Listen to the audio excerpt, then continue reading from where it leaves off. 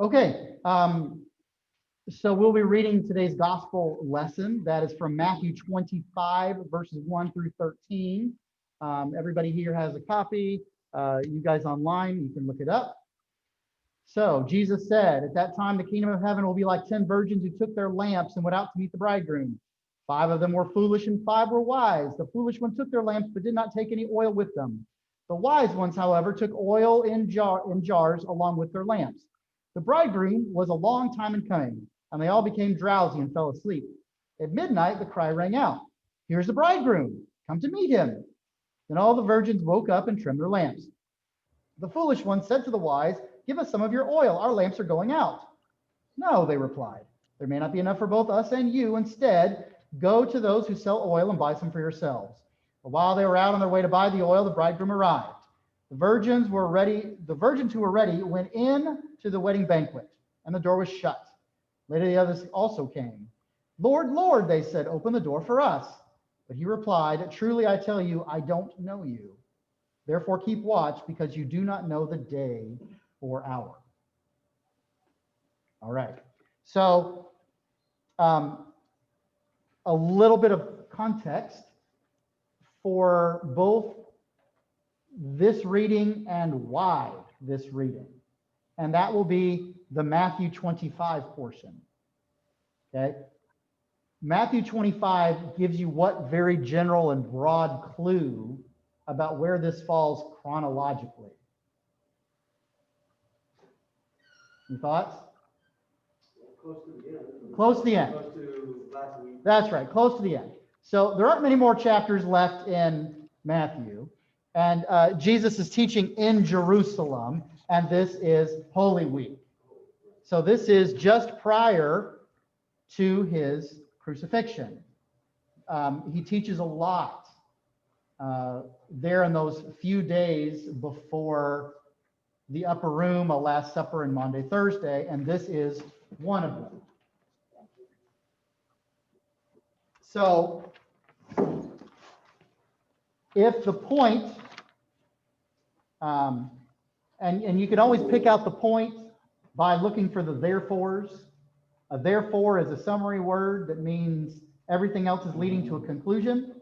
If the conclusion is keep watch because you do not know the day or hour, does it mean anything to you that Jesus is saying this a day or days before his betrayal and crucifixion?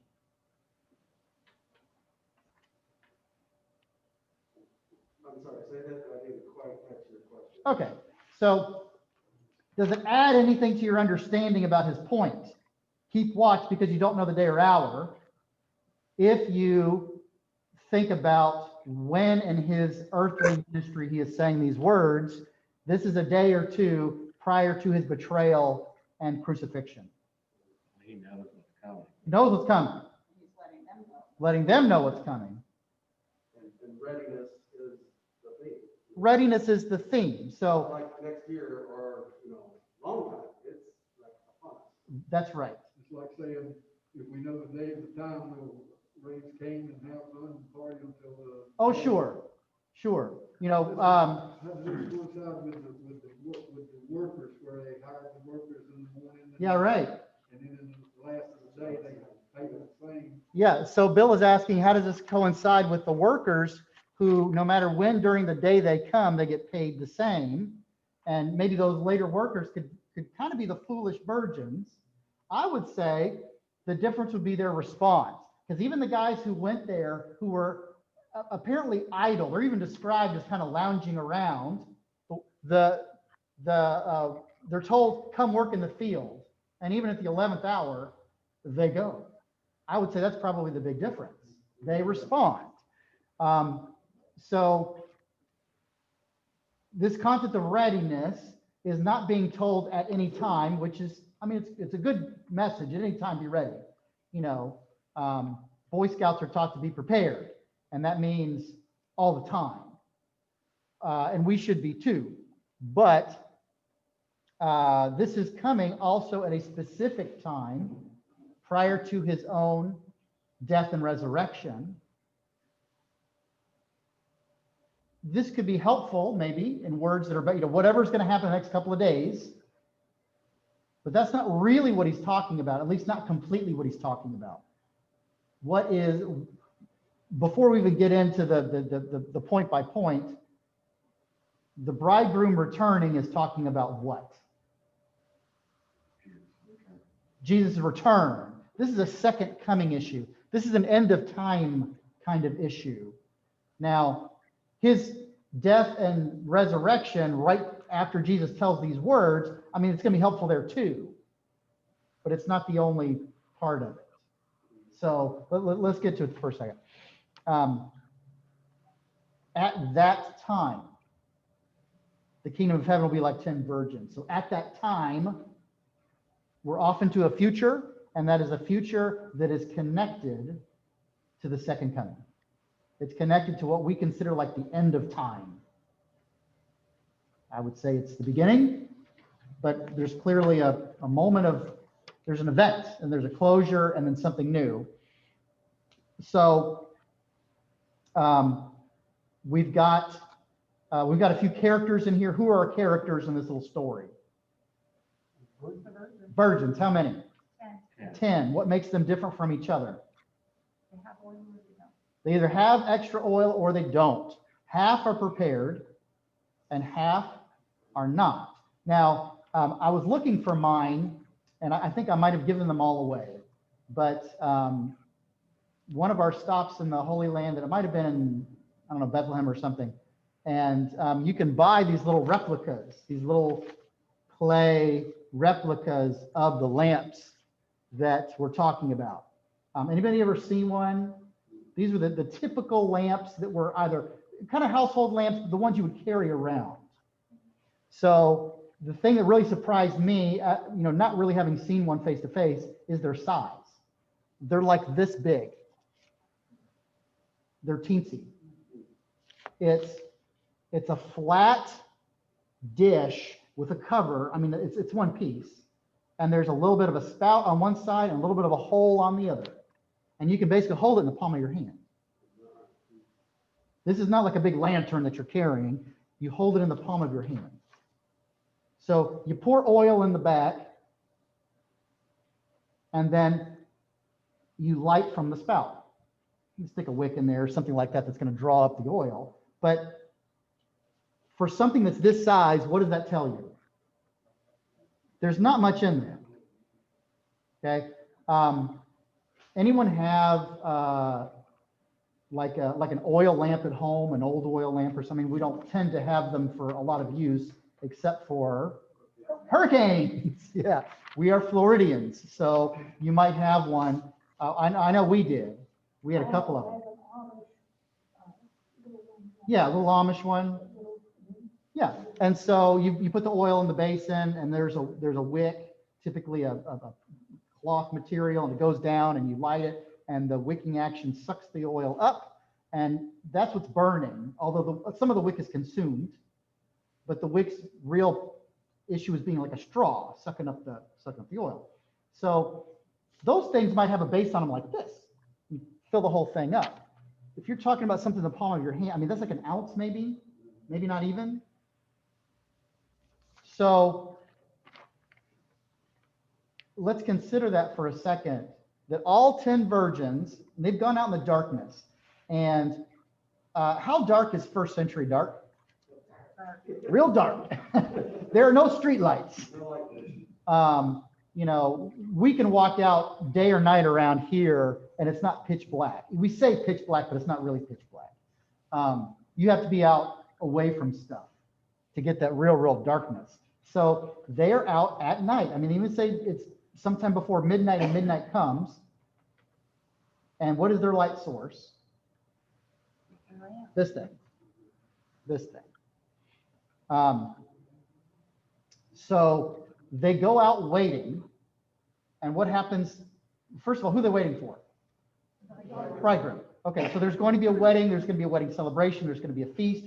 But the bridegroom is not here. You don't have a wedding or a wedding feast without one. So they have to wait. And what happens in the waiting? The oil starts to burn up. Why? Length of time. So,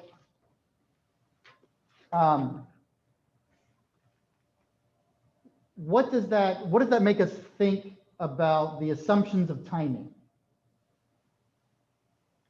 The virgins probably had a schedule in mind. What was it? Probably thought he was coming almost immediately. Yeah, probably coming almost immediately. They all have their little bitty, their little bitty lights. But for the fact that some of them brought extra oil and some of them didn't, Jesus says the bridegroom was a long time coming and they became drowsy and fell asleep. So I think that leads us to believe they expected the bridegroom was going to be there a lot sooner, right? I mean, you don't plan to go out and wait for somebody and take a nap, right? Like I would take a nap first. If I know that somebody's not coming until midnight, I probably wouldn't go out hours in advance and sit and wait and fall asleep out in the middle of nowhere. I would sleep first and then get up at 11 and then go meet them, right? Because that just kind of makes more sense. So they have been out there for some indeterminate period of time, but it's long enough for them to get tired and fall asleep. How long do you think? Just crazy guess. 4 hours. 4 hours. Yeah, could be. Who knows? They're out there for a while, long enough to fall asleep. So at midnight, real dark, and they're asleep, what happens? Okay, bridegroom's coming. Grab your stuff. Let's go. And half of the virgins realize what? They are out of oil, or they're about to be out of oil, or whatever it is, because remember, it's only this much. So if they were out there for, say, 4 hours, maybe they got there at dusk, maybe they got there after dinner, whatever it was, they were not prepared for the long haul. They were assuming, and we know what assuming will do. It makes fools out of 5 virgins, that they didn't have any backup. They were only prepared to wait a short period of time. They knew he was coming in the dark. So they had to They must have known he was coming in the dark because they did bring lights. You know, we don't get a story where they started off early in the morning and they waited all day and into the night. There seems to be some level of expectation he's coming in the dark. But half of them only came prepared this much. So what do?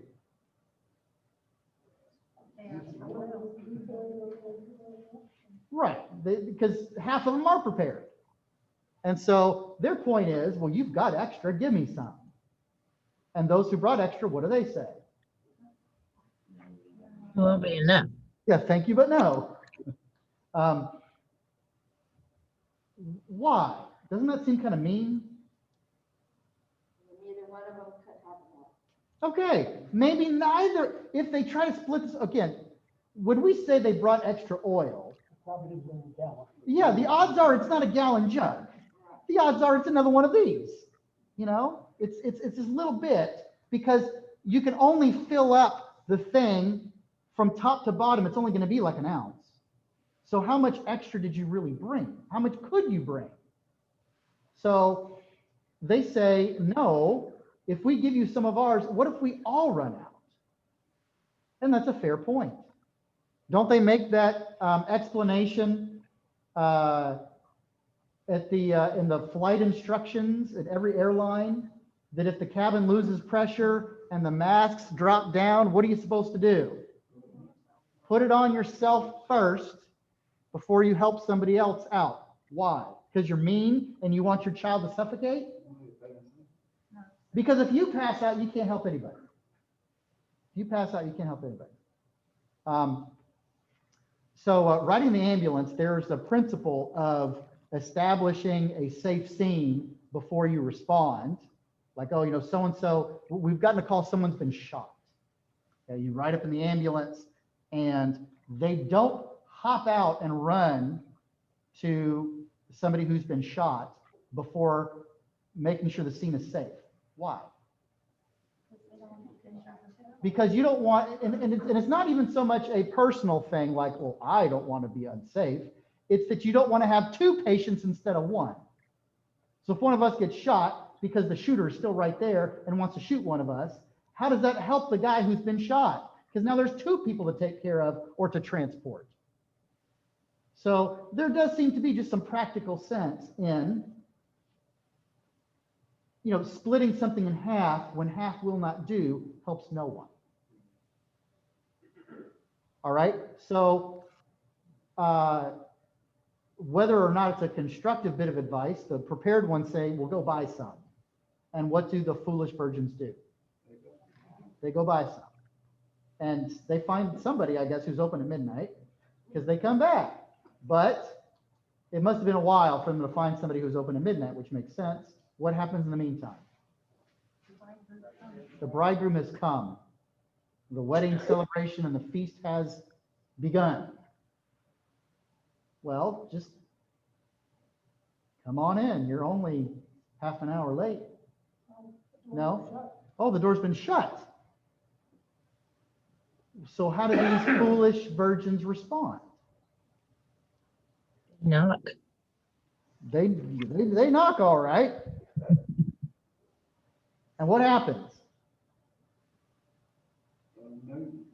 Yeah, I don't know you. I don't know who you are, and I'm not letting you in. Now, is that mean? Cautious? Wouldn't the other virgins know who they were? They'd sent them away. Why couldn't they stick up for them? Okay.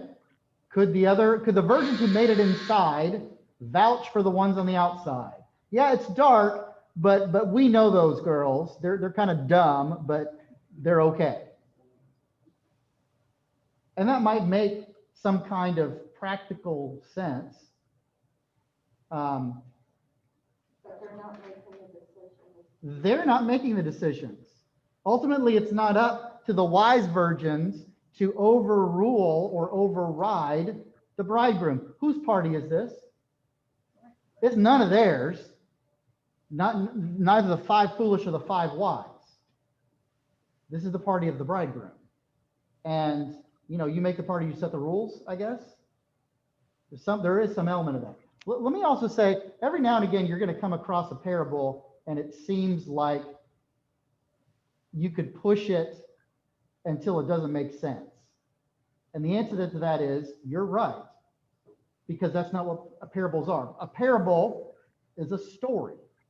It's a sermon illustration intended to make a point. And if you push some of these to a logical conclusion, they don't make any sense because that's not the purpose of them. This is not supposed to be an airtight case of what you do at all times and all places.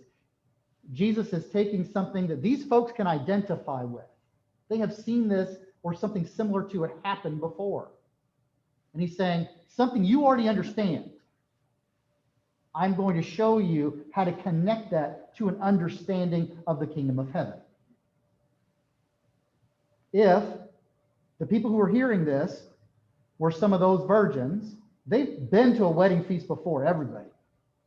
And they know what happens after midnight and the door gets shut. And they know you don't be late to certain things. And if the door is shut, again, first century, if the gates are closed and it's dark, are you getting in that night? Doesn't matter who you are.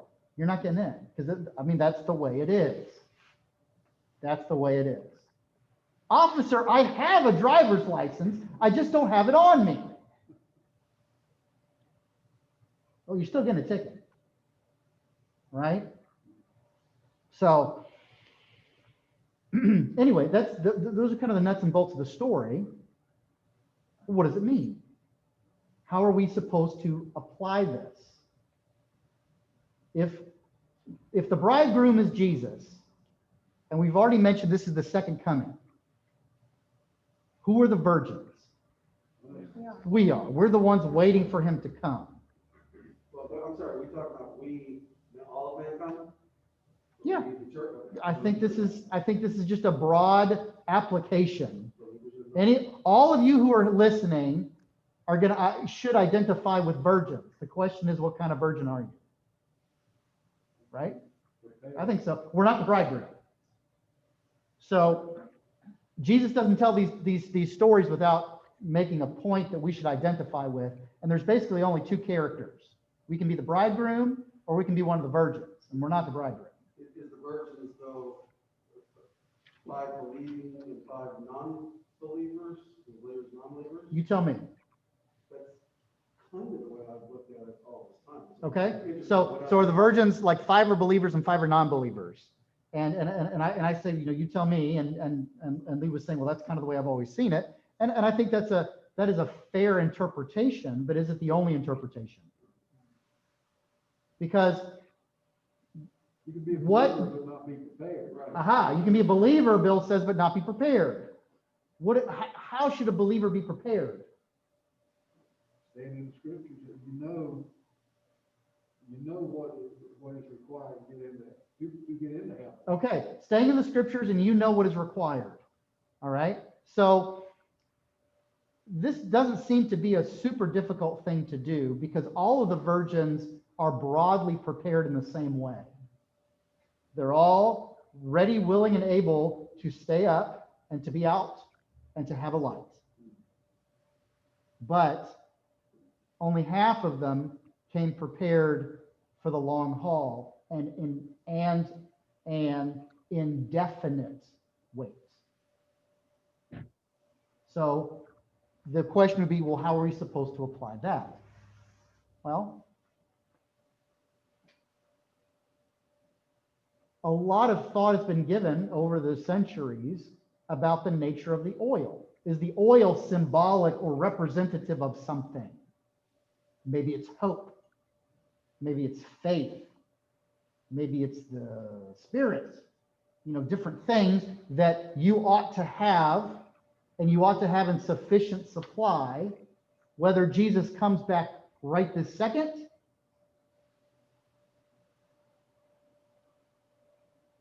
or at some point in the very far future. It's continuing preparedness. A continuing preparedness, because no one knows the day or hour. When Jesus tells stories about the second coming, they almost always have some element of being prepared all the time. What's another be prepared all the time second coming story you can think of? Just simple, off the top of your head. I've got one.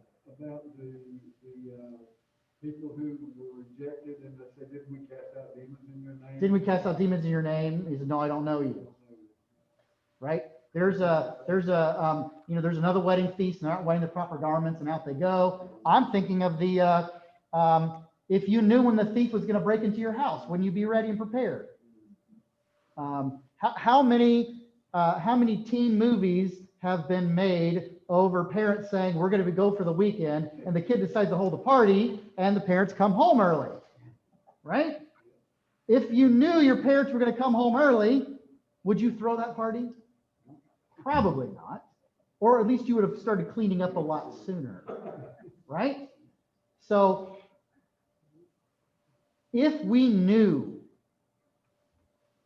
the world's going to go to hell in a handbasket, but at 2029, February 2nd, at 10 a.m., Jesus will return and make all things new. Well, we would feel a little differently about our circumstances, right? Because now we know no matter how bad it gets, we see the light at the end of the tunnel. But what also might we do? Maybe we party now and get ready later. Because if we know there's a concrete date, well, then what does today matter? I got time. What we don't take into consideration is something might happen to you in the next hour. That something might happen to you. Yeah, that's right.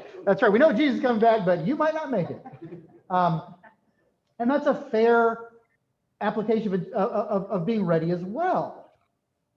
Maybe the return of the bridegroom is an internal one, where the return of the bridegroom is your death and opportunity to be welcomed into the wedding feast, which is happening outside of time and space.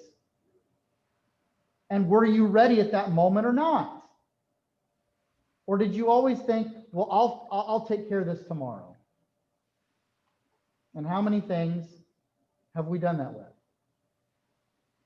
Until we can't. And that was one of the reasons why I preached on what I did, is that if we had known certain things in our life would be the last time, our last chance or our last opportunity, we might have done it differently. But you don't know at any time, do you? You know, when's the last time you're going to see a friend? When is the last time you'll be able to say to a family member that you love them? When will be the last time your dog will snuggle on your lap? And we don't know any of those, not for sure.